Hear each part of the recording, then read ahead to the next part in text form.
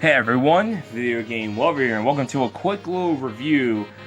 I will be reviewing a Sega Genesis controller that's kind of uncommon. And this, I did show it off when I reviewed the Sega Genesis Model 3. And this controller is the Majesco 6-button Sega Genesis controller known as model number MK1470. It has the same serial number as this one right here, but we're mainly focusing on this controller.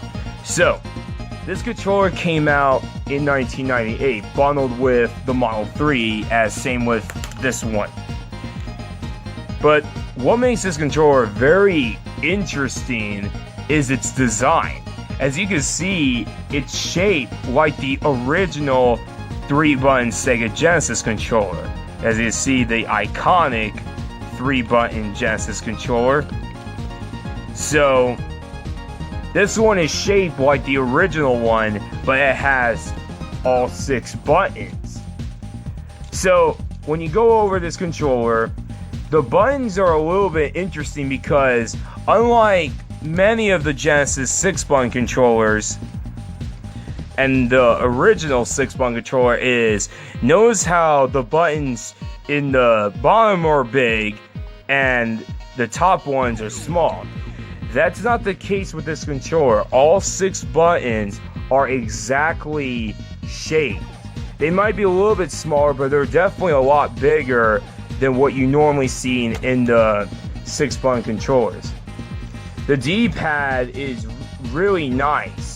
Has a great feel to it, but it does stick out, much like this one as well, the other 1470 model, as the D-pads stick out compared to the normal Genesis controllers with that the D-pads don't stick out.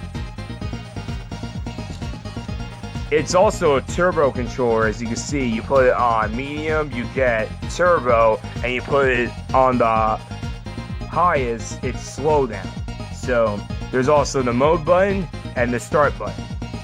Now comes the big question: is it comfortable to hold? And the answer is a little bit. It can be a little bit sharp to your hands because it's made out of pretty hard plastic, well as compared to the other 3-button controller, and especially the normal 6-button controller, they feel very nice in your hands. You got a great grip. Even the MK1470 has a good grip. But this one takes a little bit to get used to because it is a very weird Genesis controller. It feels kind of sharp in your hands, mainly because of right here. Notice how the handling is a little bit thick or stiff, so it kind of will somewhat hurt your hands. But the D-pad is really nice. The buttons are very well responsive. Now, there's one thing that's very weird.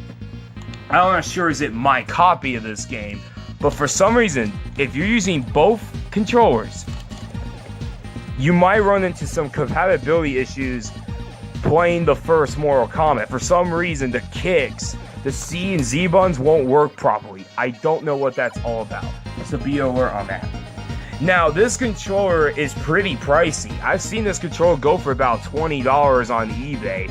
Same with this, but I was able to get this one on a good deal.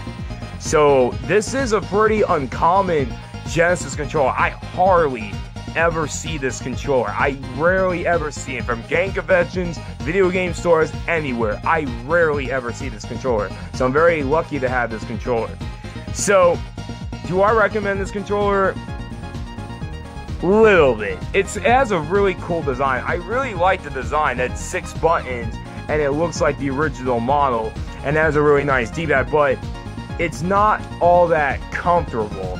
So if you want a very comfortable Genesis controller that's 6 button, of course you want the actual real 6 button, or the other MK1470 model, which is pretty nice in your hands. So, but I know what Majesco was trying to do. They were trying to make it like this controller, but add more buttons and make it a little bit smaller, since the original 3-button is pretty bulky, despite I still love this controller a lot.